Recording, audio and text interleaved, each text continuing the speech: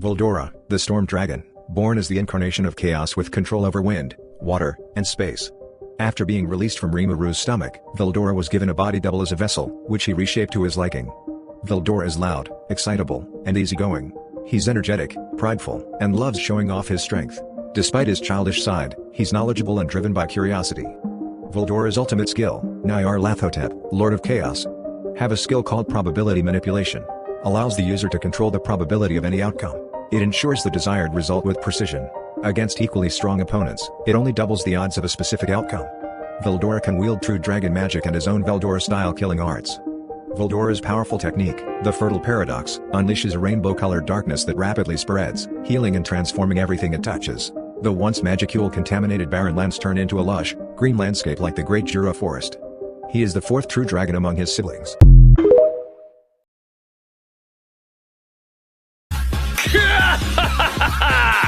ついに来たようだな。我のオーラを解放する時が。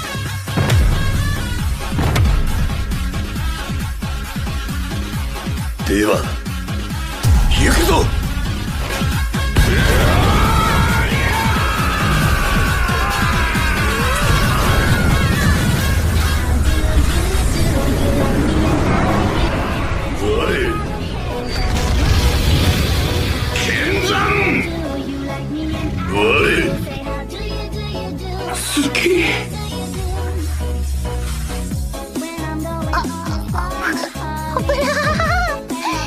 やっぱり師匠ってすごいで、私の迷宮が歪むとは思わなかったさ。かなり我慢してたんだな、ベルドラのやつ。来た来た来た来たよ。